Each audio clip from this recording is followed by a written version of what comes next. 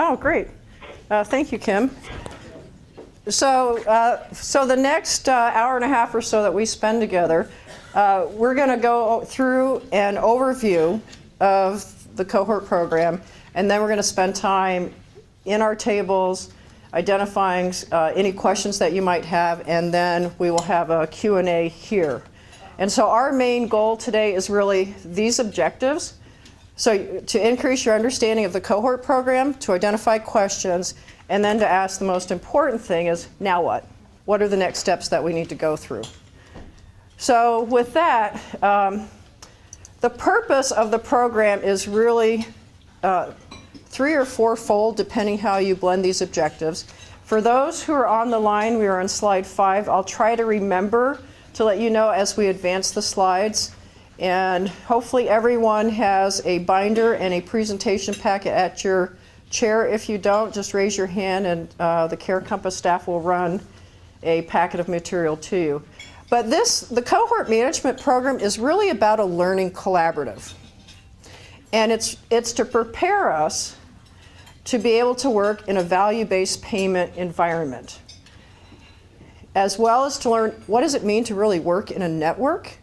How do we administer a network, and how do we learn how to flow funds? And this is an opportunity for us to gather funding to be able to learn all that in really a low-risk environment, so that at the end of the formal district year, we'll have some tools in our toolkit to really be able to advance and move forward. So that's the real purpose of the program. So what is a cohort? That question has been asked in numerous settings. It's really about a collaborative between Care Compass Network and all of the partners here in this room and the other partners who are not able to be here with us today. We have around 150 to 155 partners within the 9-county region. And this is an initiative to support the active management of Medicaid members who have special needs. With the objective that we're going to help maintain or improve their health status. So that's really what this is all about, is how do we learn how to work as a network, collectively, integrate services, and manage the outcomes. So moving on to slide 7. If you had a chance to read the materials that went out, I believe it was late Wednesday, but if not, this is in your slide deck. There's really 3 phases to the cohort management program. There's a pre-planning phase, there's a planning phase, and then there's the active management phase. And Emily will go in greater detail on this, so we won't spend a whole lot of time reading this slide, but want to congratulate you if you have completed the participation survey, which pretty much I think everyone here did that got you to this place. Congratulations, you're in the pre-planning phase. So you've already started to accomplish what the program is designed to do. So to level set us, want to talk about terminology in case you haven't heard. But and if you've been involved in different Care Compass meetings, you may have heard different variations of a VLC at times, but for today's purposes and going forward, these align with the New York State Health Department's definitions. So a VLC is a value-based payment lead contractor.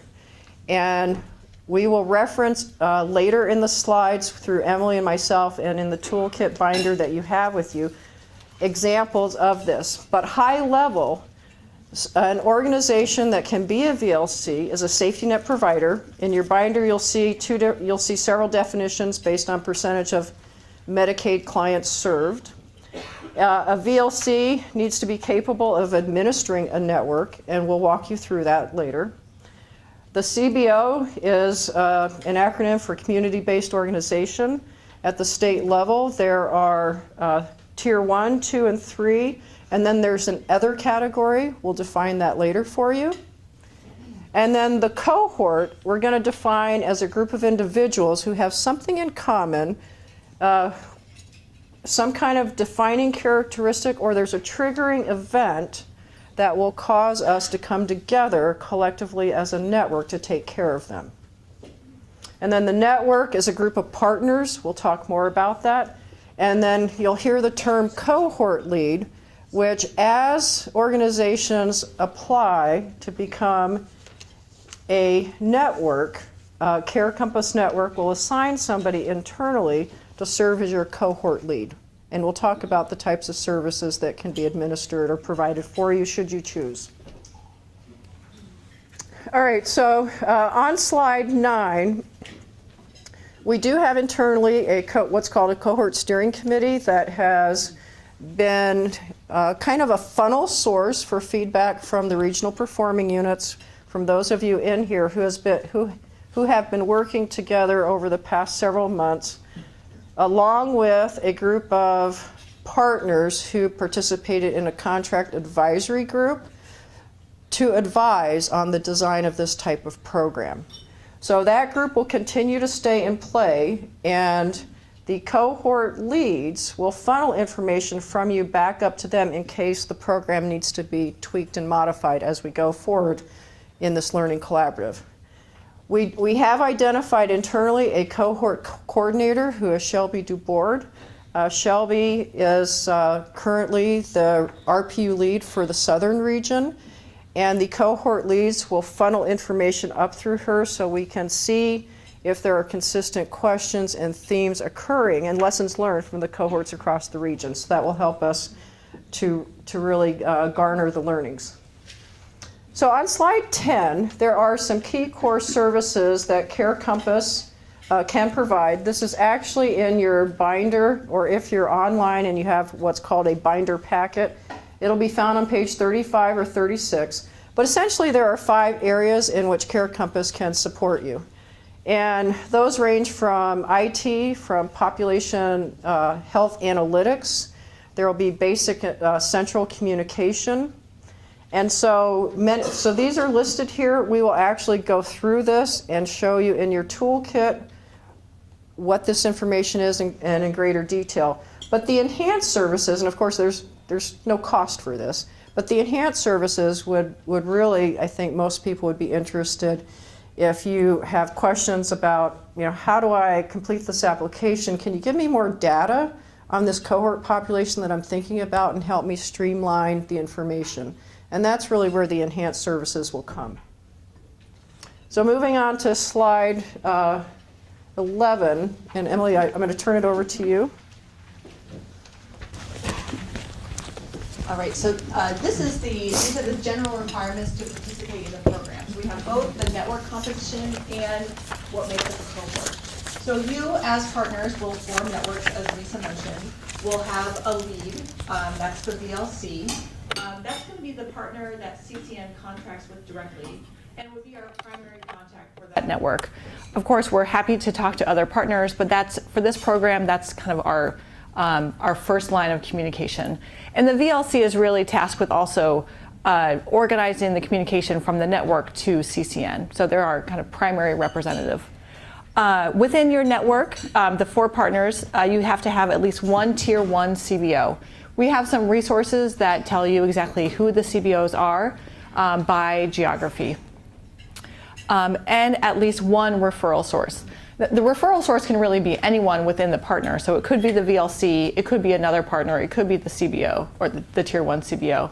But it's really the partner that serves to bring new Medicaid members into the cohort. So if your cohort is made up of adults who have gaps in their primary care engagement, probably the referral source is going to be a primary care clinic, because that's where you're going to experience the members who have those gaps. That's where you would identify them.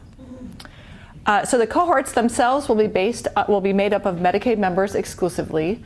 In this pilot phase, we are suggesting that the cohorts be between 50 and 200 Medicaid members.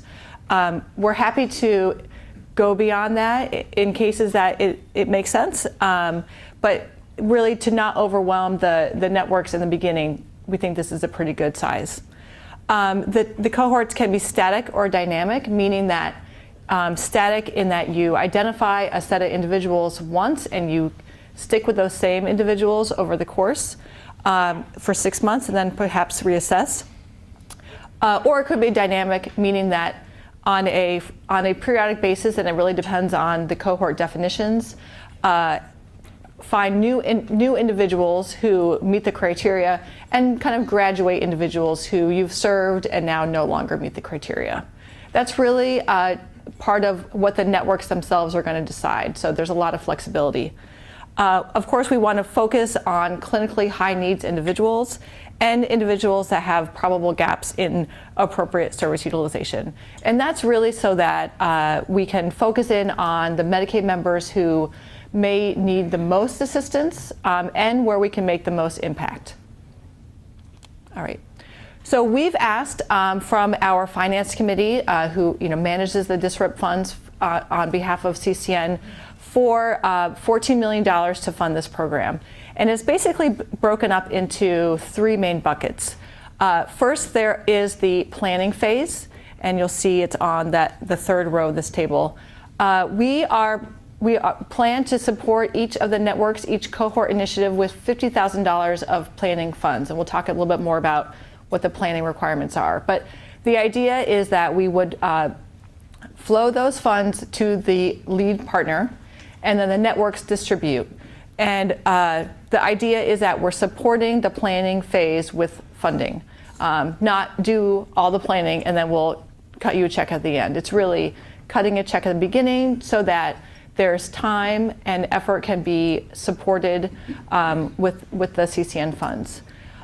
Once the network passes into the active cohort management phase, we have a couple different ways we're funding the networks, but we have about $9 million kind of earmarked for that function, and that will really see us see each of the networks through from the point where they complete the planning milestones till the end of the program, which is at the end of the DSRIP program, waiver program. And then we have $4 million for performance incentives, and we'll talk about that a little bit at the end. All right. So the planning funds will be distributed to the VLC. So CCN will contract with the VLC, and the way that we will administer the contract is really after the cohort application, planning application. In the application, the network will identify what their cohort of interest is, who their initial partners are, and where you plan to put your program in. I think that part will be pretty obvious. You don't have to have all the nuts and bolts figured out at that point. It's really, this is how we flow funds. We have to have a written plan, and then we'll complete a contract and then flow funds. And then during that planning phase, you'll work on the planning milestones. We plan to not get into the details on the planning milestones now, but we do have material in the toolkit on those that we'll kind of reference later. But there are three planning milestones, and once you have met the planning milestones, then you would move into the active management phase.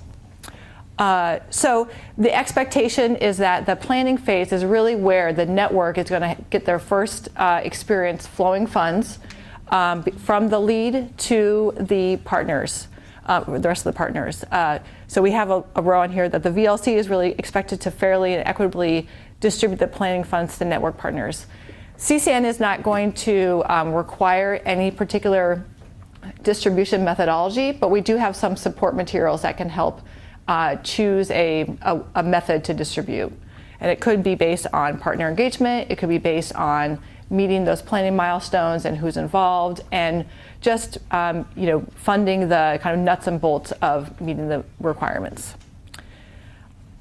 Then once the planning milestones have been completed, the network then moves into the active cohort management phase.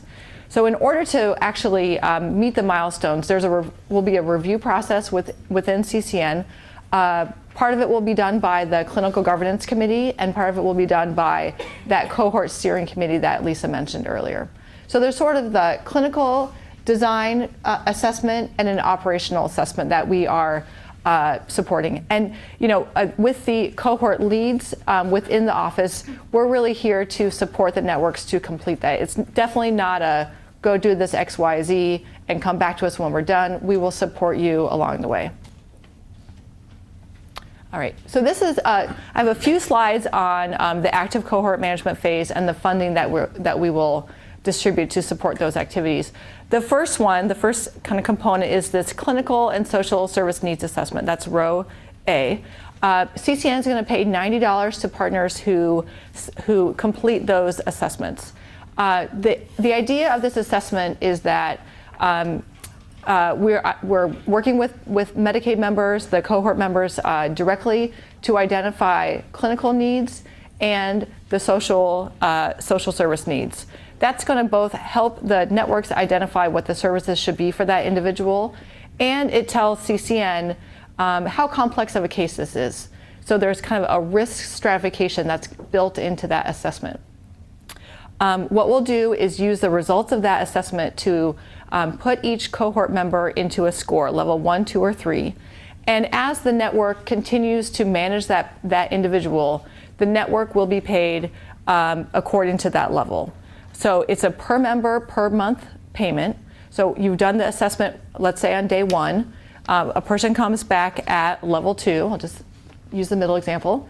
For the next 6 months, CCN would pay the network, and it really goes straight to the VLC, $100 per month for the network activities that are needed to coordinate the services for that individual. And we're really focusing on the network activities here.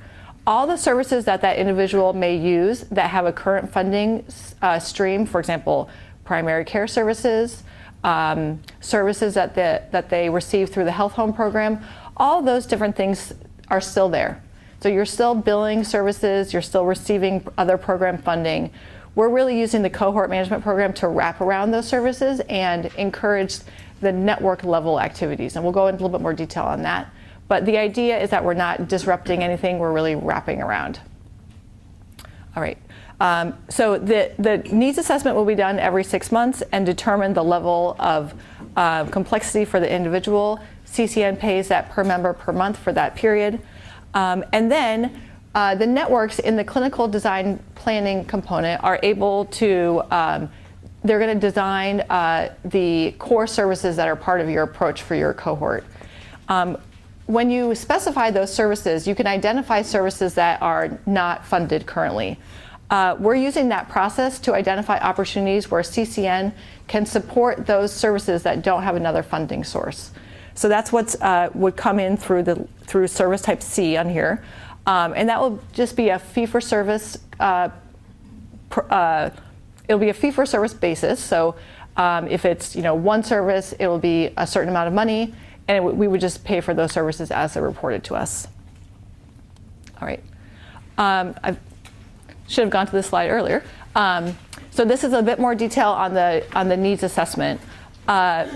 The idea is that, again, we're identifying the Medicaid member's individual level of complexity, and that's determining the per member per month payment. All right. So again, the network activities at level 1, 2, or 3 is supported by the per member per month payment. And we have a bit more detail on what the networks are going to be doing. So when we want the networks to integrate services. So to make it easier for the network to manage individual members, you're going to think about how am I going to bridge all the gaps between using services from one agency to another. So all that process is what the network should be collaborating on. So that could include that process improvement, gathering success stories, identifying gaps, and tracking your progress and closing those gaps. Right. And then the services without an existing funding source. So some of the great examples here are, I think the canonical example that we use in DISRIP are the air conditioners for members with asthma or COPD. This is one of the kind of early examples in the DISRIP program. One of the other PPSs found that when they provided air conditioners to their COPD population, they were able to greatly reduce the emergency room visits for that population. And it's very easy to think about that because it's like, makes complete sense. But does Medicaid buy you air conditioners? No. So this is an opportunity for the networks to really think about, for their specific cohort, what those services might be if there are gaps in what people really need and what's covered and what they have access to. Emily, and so for example, that money would come out of your PMPM? No, this is the service type C where we would, Thank you. now it's not a blank check. We can't have blank checks. Those services have to be identified in the planning stage. They'll be vetted through clinical governance, and there is a cap of 20% of your contract value. So you can't buy air conditioners for everyone. It has to be focused on where you feel like it's going to be the greatest impact, and it really should be, I would say, the minority, but there has to be that kind of budgetary concern. And this is one of the things that we had to work out in the program to really be flexible and allow innovation, but not have it be a blank check. All right, so this is just a slide that differentiates the network activities from the partner activities that they're going to be doing with patients right in front of them. So at the network level, we're working on process improvement, tracking engagement as a whole, integrating services, thinking about cohort outcomes, the success stories, quick wins, identifying gaps and tracking progress. And this is really the activities that the per member per month payment focuses on and supports. Partner activities can be a mix of billable services that CCN is not funding directly out of this program, or it could be a service, the unfunded services that we'll pay for directly. And that really can be things like addressing the social determinants, providing care coordination or care management services that exists in another program, providing primary care services, navigation, all the kinds of things that you do with a person when you're providing direct services. In some cases, CCN would fund them if they're part of that clinical design and they don't have a funding source. Otherwise, we're using existing funding from other programs. Okay. So what partners should be doing and networks should be doing kind of along the course of this, just on your own, is providing direct services to members. We have some examples here that I won't go through, but these are all the things that are happening today. CCN is not necessarily going to be asking for this information directly because we're not paying for it, and one of our kind of principles about reporting to us is that we stick to what we pay for and what we need to report to the state. So because we're not paying for these services, we're not going to ask you for them directly. But it's probably a good idea for the networks to track this in some way, and we can provide support for that process, but we're not going to actually ask for the data through the course of the program. Okay. So we came up with some example funding for a network, and you can look at the different levels and the sizes of the cohort. So if you have a cohort that is on the large size, so up to 200 members, and they're all very high needs members, over the course of about 18 months, the network could expect to receive about $500,000 in funding. We definitely want the cohorts to be at level 2s and level 3s. We really don't want to focus the program on level 1s because we don't think that we can have the most impact there. But level 2s and 3s, we feel like there's opportunity for the services to really shine through and make an impact, and that this is the kind of level of funding that your network could expect. Okay. All right. So just a quick slide on how we're going to work out the performance incentive funds. So the networks will be accountable jointly for outcomes for the cohorts along the dimensions along our district performance metrics. That's what I'm trying to say. So CCN has the ability now to track partner level performance on certain key district metrics that we've built through our Compass Hub system. We're going to expand that methodology to the networks. So we will track for the cohort members directly how well the networks do on the district metrics that we're tracking.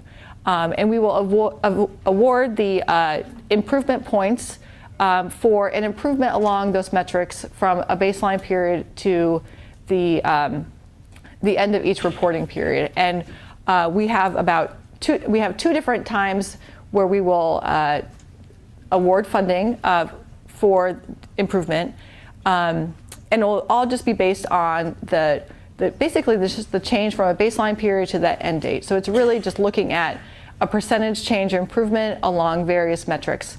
In the clinical design milestone, the networks choose which metrics they would like to be judged on for their cohort. So it's totally up to the networks, and you would identify that during the planning phase of where you want to receive your funding for this. And it's pretty straightforward in that we're using the same methodology that we've used in the phase 2 and phase 3 contracts, and we're extending it to the networks. Okay. So like I mentioned, the thing that really kicks off the planning phase is that planning application. In the event that we have many applications, we will have to prioritize. So these are some of the criteria that we'll be using internally, and we'll put out a scorecard on these.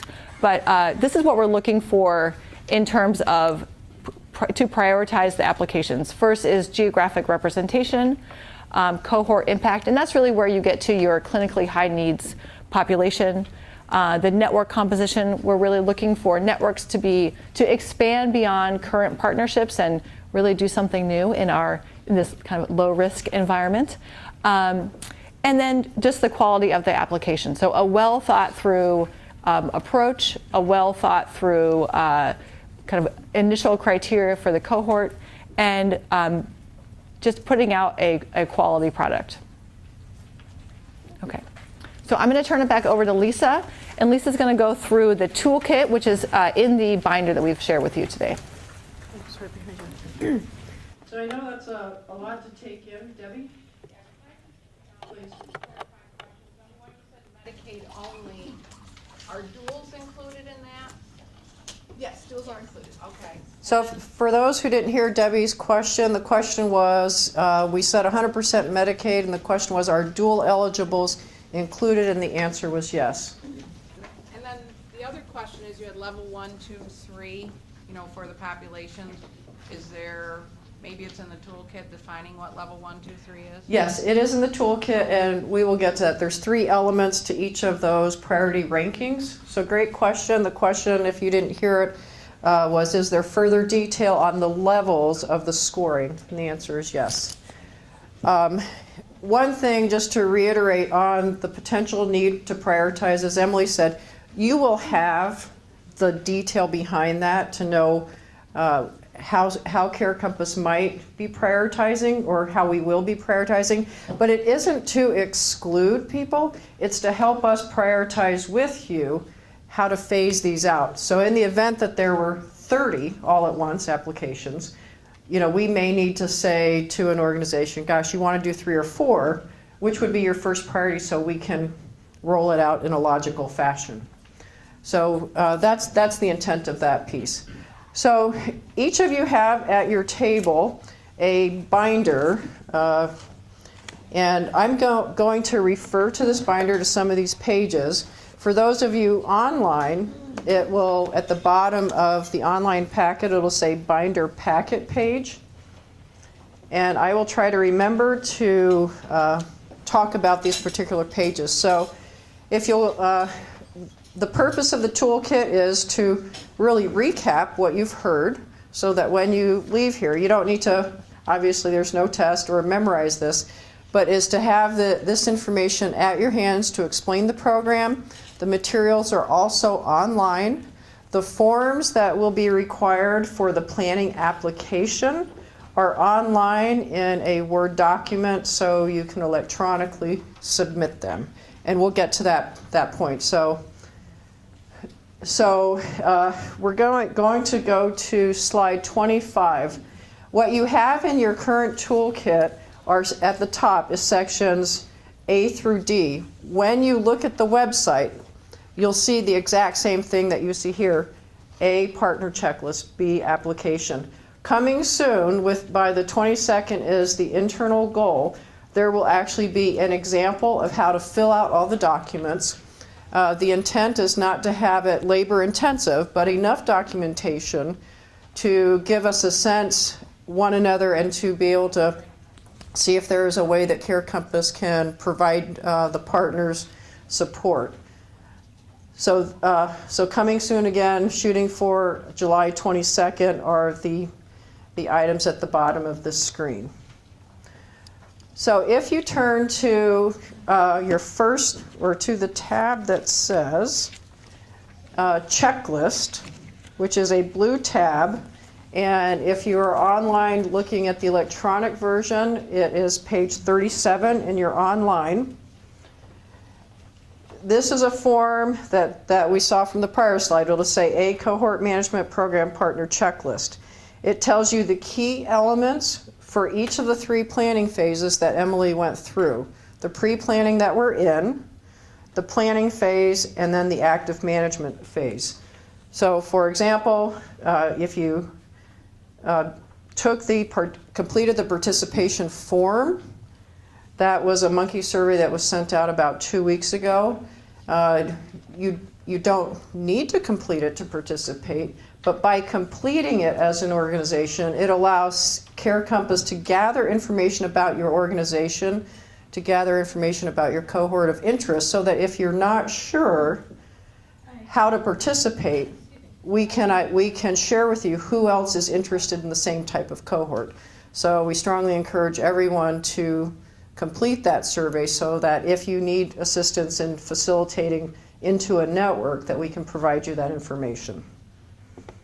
The planning phase, as Emily said, there are 3 milestones. You'll see that in this section and further, and that will be something that will be coming out that tells you specifically what is part of each milestone. All right, so we'll move to the next. So in the tab that says Planning App, which is the one that follows, it's kind of a purplish tab online in the binder packet. It's pages 38 through 40. This is the application for the cohort. And so this is one where we will have what you saw 2 slides before, forest land example. There will be an example of how this is completed. So it'll ask the lead contractor, who again, remember, is the safety net provider, and there are definitions within the overview document, which was under the first tab. It will define what a safety net is, and Care Compass will be looking at the requests that come through to make sure that safety net and people needing to meet the VLC requirement truly are safety nets. So anyway, you will put the name of the lead contractor, and for those of you who have participated in Speed and Scale, you'll know that any project that you have and for sites, there is a 8-character short name that then gets built into what's called the Compass Hub. You'll be asked to create a short name for the same purposes so that the data can be tracked electronically in this data repository or warehouse. Did I say that fairly accurately? Mm-hmm. Good. Okay. So then the next section is the population to be served. And there is an example later on in your binder under the Pop Health tab. So you may, and the example there is trying to get more specific. So rather than say we want to treat diabetics, you might say diabetics in this age bracket who have multiple emergency department visits.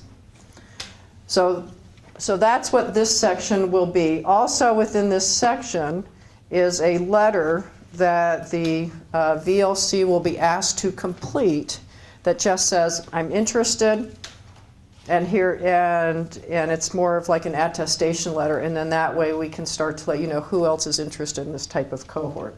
So that's what's in that part of the toolkit. If you turn to the tab Participation Letter, which is the orange one, this is a letter that each member of the network will need to complete. So if you are that referral source or a community-based organization working with a particular lead entity, you will need to complete a letter similar to this, give it to the VLC, who will then give it to the assigned cohort lead. And then we'll know who's within that network. Now to start the network, you don't have to have everyone at the table. You may not know everyone who needs to be at the table until you identify your cohort of interest. So you might be identifying gaps as you get into those discussions. So you can always bring people in at any point along the network and cohort journey. Yes, Dottie. Lisa, if we could bring anyone in even if they're not already a member? Correct. So the question was, can we bring anybody in even if they're not a partner organization of Care Compass? And the answer is yes. Great, thank you. All right, so that will be a letter, and again, both of these will be electronically available for you. And then the last tab, which is the POP Health menu, which is a yellow tab in your binder. And if you're online, this starts on page 42. The first sheet in this describes how you might go about determining your cohort. But the most important sheet, just to give you a sample, is the green sheet that you see on the right side of your screen that gives you what we might call a launch list or a place to start, where these are cohorts that we know from Medicaid claims data for our region are high need cohorts. Is that a fair way to say it? Would you like to add anything to that? No. Okay. And on the back of the sheet, page 4 of 4, on the back side of that green sheet, is a sample of how we can help you drill down by geographic region for the same cohort of interest. So you'll see it by county and Medicaid population. So Care Compass does have the analytic skill set to be able to help you further drill down. So at any point during your journey, if you need assistance with that, you can use it. If you don't want to, that's fine. You can definitely come up with your own cohort even if it's not listed here. All right, so hopefully if you are on our email listserv, you received a link on Wednesday to the website.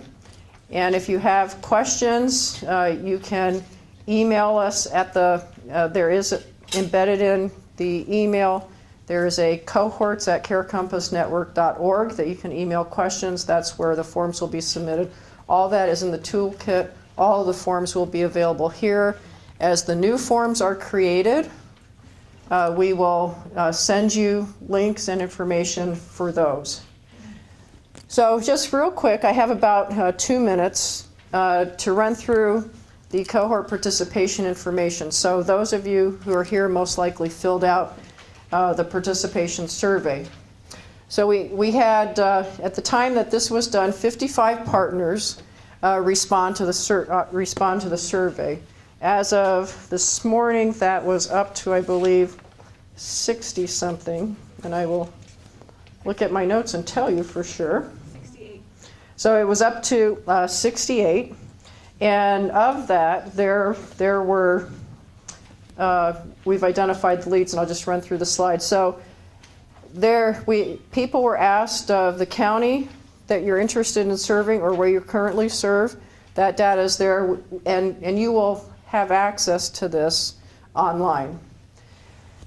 When it came to the cohort of interest, the number one cohort of interest from our partners was behavioral health, followed by those who utilize services at a higher rate than anticipated, and third by chronic disease. And again, there is the detail behind this. If you want to see who is interested in these type of cohorts so you can link with them, we can provide that for you.